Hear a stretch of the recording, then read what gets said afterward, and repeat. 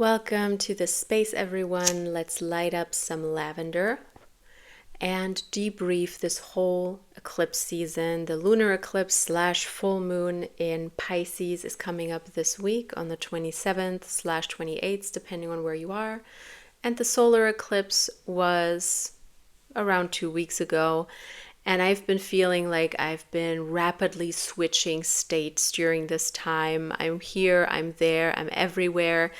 And if you feel similarly, you've come to the right place to take a little breath and to just think about everything that has happened and feel into everything that has happened rather than just being in the storm all the time and in this chaos that's been going on. So you've made it. You've made it to this checkpoint. Let's chill out a little bit. Let's take away all the pressures of what eclipse season has to be, what this month has to be, what this year has to be, who you have to be. And let's just sit with what has happened, and kind of digest it and give ourselves a little bit of time to process this. That is what we're going to do in this video. And as I am speaking, you can take your time to either take a walk, you can just sip a tea and listen, you could draw some cards while I speak, you could journal while I speak, the first things that come to your mind, you could paint, you could draw. Just take this as a little exercise of being present and digesting what has happened the past few weeks or even longer than that. So the full moon and lunar eclipse is coming up this week, and it has been a bit of an intense time since the solar eclipse 2 weeks ago, but also a beautiful time to see how everything can change so quickly, because a lot of people that I have spoken to and that I work with, a lot has changed, a lot has happened. And while that can be overwhelming, it's also kind of beautiful to see how quickly change can come. To the worse, unfortunately, but also to the better. And that is the lesson that eclipse season has for us all the time. And within that change, our inner voice usually gets louder and louder, and it becomes clearer and clearer, especially with the full moon being in Pisces, which is the sign of dreams, of visionary states, of the deep waters of emotions. That is such a cool and awesome opportunity to connect with your intuition, even if that feels like a lot right now. But we'll get through it calmly, slowly, and we're going to be good. So both your inner little voice as well as outside circumstances might be getting louder and louder about what needs to change in your life, or about what has already changed in your life. And we're just going to take a moment to listen in. Maybe it hasn't felt like that for you. Maybe you're like, things are so unclear, things are happening, but nothing makes sense. My inner voice is nowhere to be found, and I don't know what is going on. And that is okay as well. It's a whole process, and you're safe here.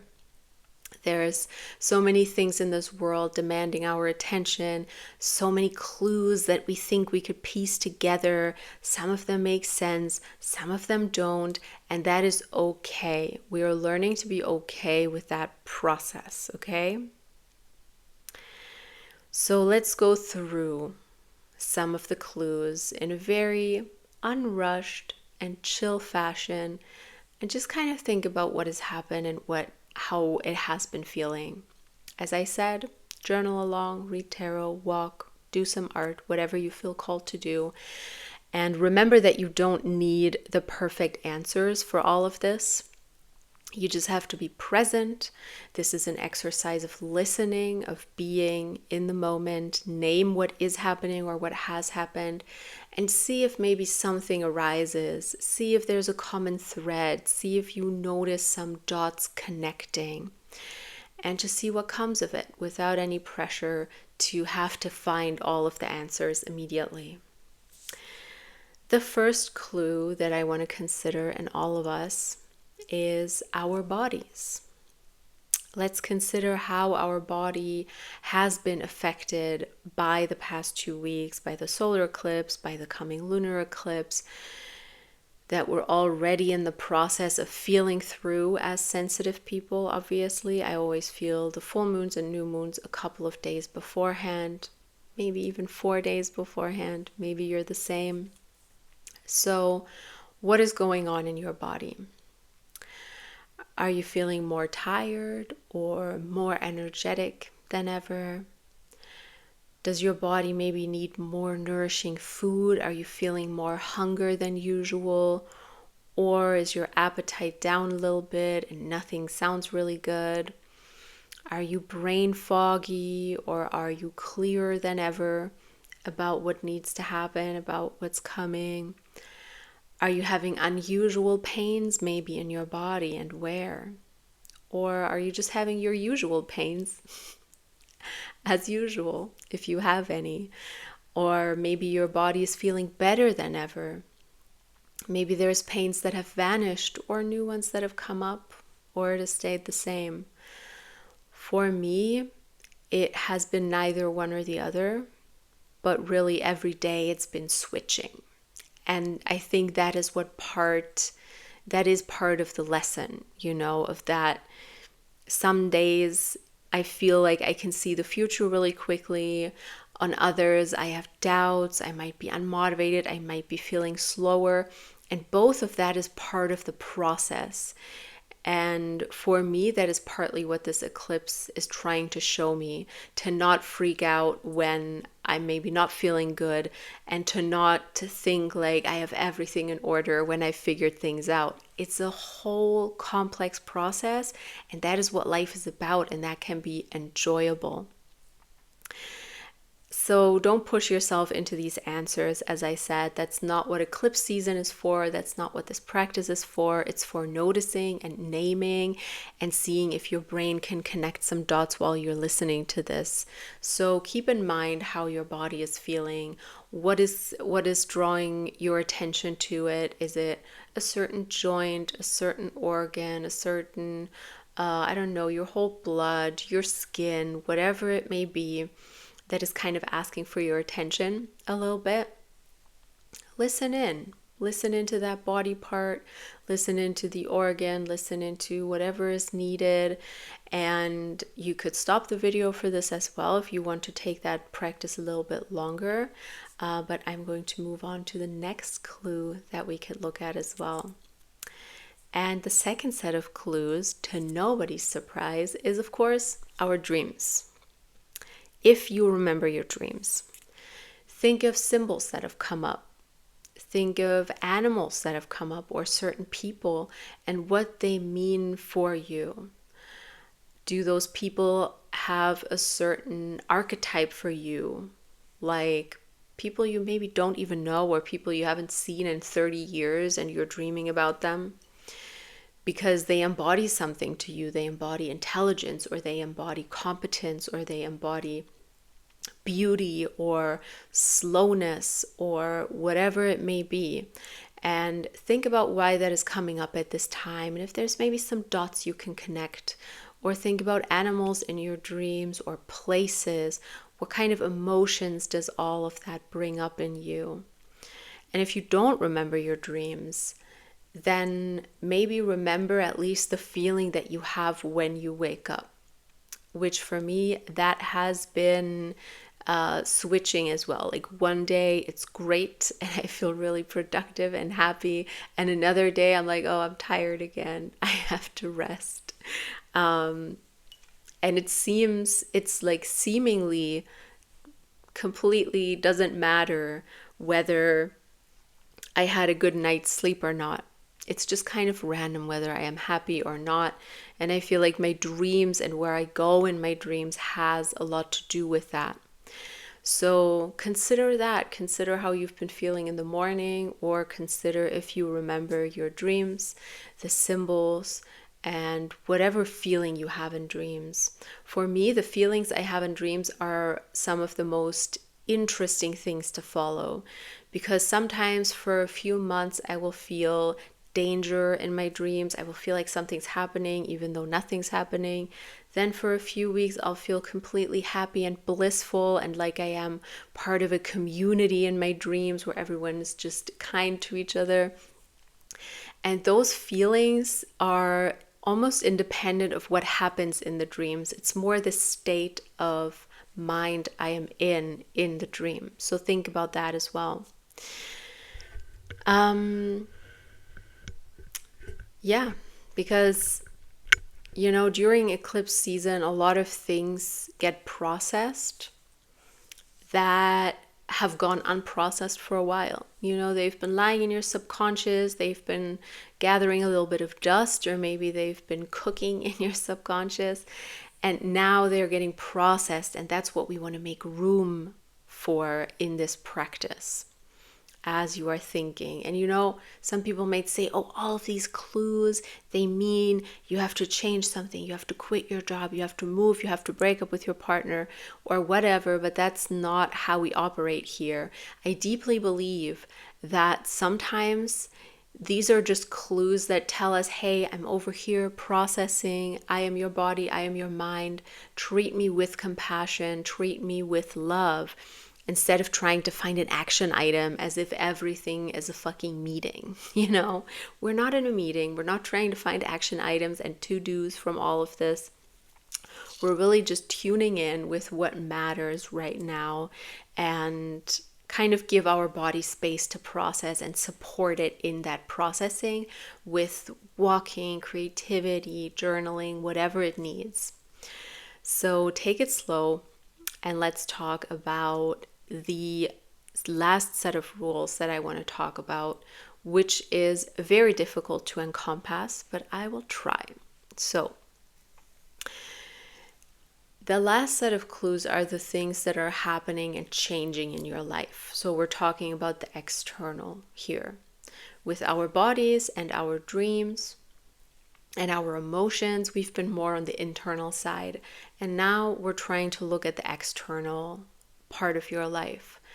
And the way I like to think about this is, if there was a higher power, if there was a universal power, God, whatever you believe in, that is guiding you, and if there was a higher self governing a little bit of what is happening around you, what would they be trying to tell you?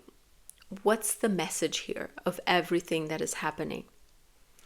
Now, do I always believe that everything has a meaning? No. Do I believe that everything is controlled by a higher power? No.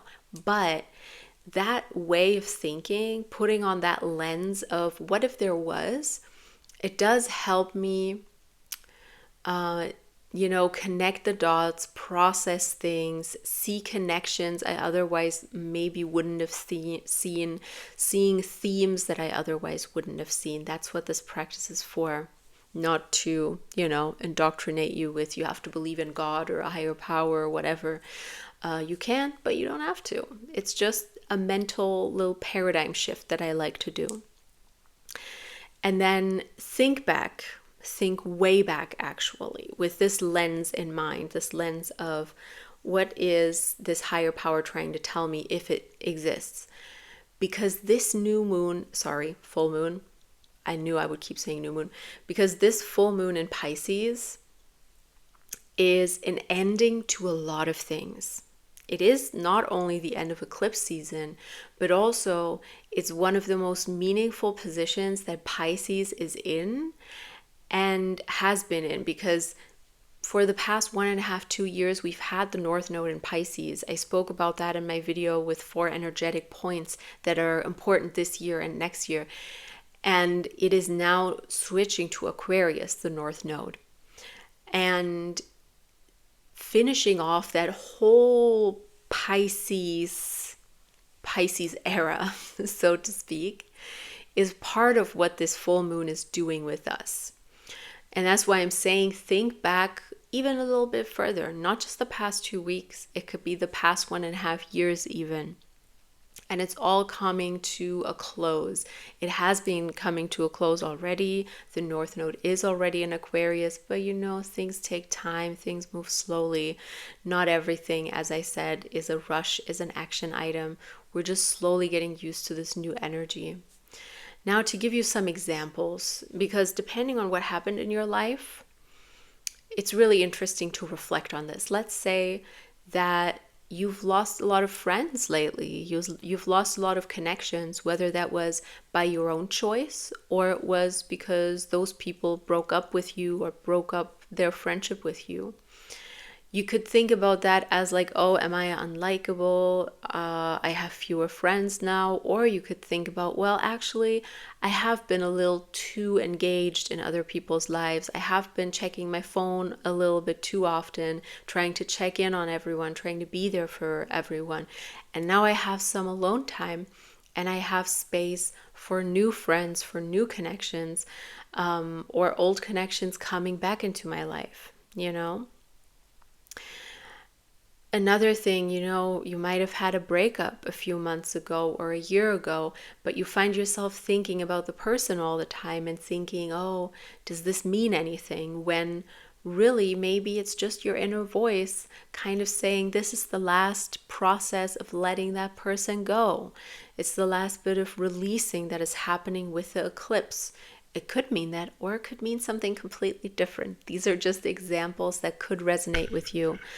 Or maybe you've lost your job or you've quit your job willingly, and you've been feeling sluggish. You haven't had a lot of energy because you need time to recover from all of the stress that you were under during that job, physically and mentally. Has your living situation maybe changed unexpectedly and you're noticing actually sleeping on other people's couches for a while is kind of good for you because you need that sort of community right now and you were forced into it?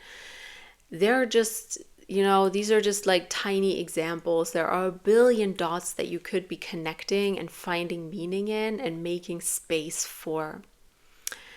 Again, it's not about drawing conclusions. It's really about perceiving what is happening.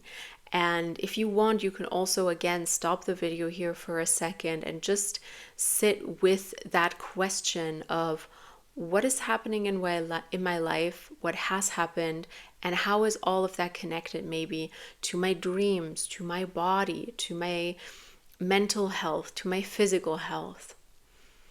And just see it as a little map in front of you. Not, as I said, I will stop you again. Don't try to make action items or try to enact any sort of change. Just see the process and see the beauty of that process. Even when some fucked up things have happened, sometimes, like sometime later, you see the beauty of that process and where it has gotten you and how strong you have been throughout all of that. And I feel like that's what's coming through with this eclipse season as well.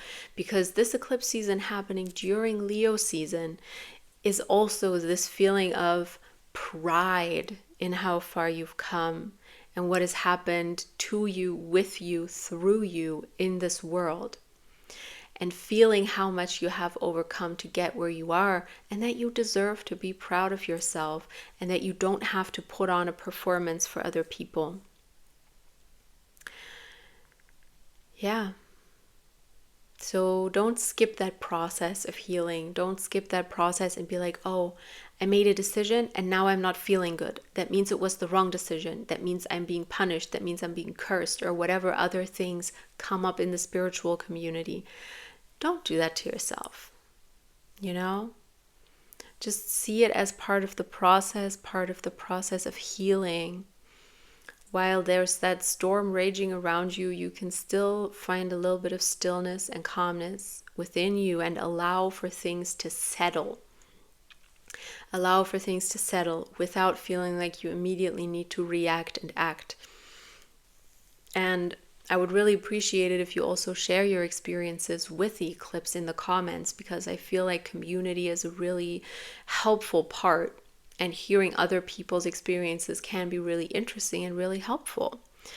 And as we enter September, we're also entering a period of more stillness and more slowness after the end of the eclipse season, which can feel almost a little bit uncomfortable because during summer so much happened, during eclipse season so much happened. And after a really busy and bustling summer, that stillness of autumn approaching can feel a little bit like, am I stuck right now? Where's all this slowness coming from? And on my Patreon, we go deeper with this feeling of, am I stuck, or am I just needing stillness? Am I being stagnant? Or am I just recovering in calmness and in stillness?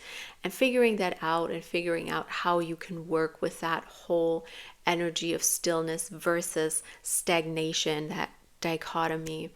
So that is over on my Patreon. It would mean a lot to me if you check that out. It's journaling prompts, affirmations, a collective tarot reading, and also just an inner work practice to connect with yourself.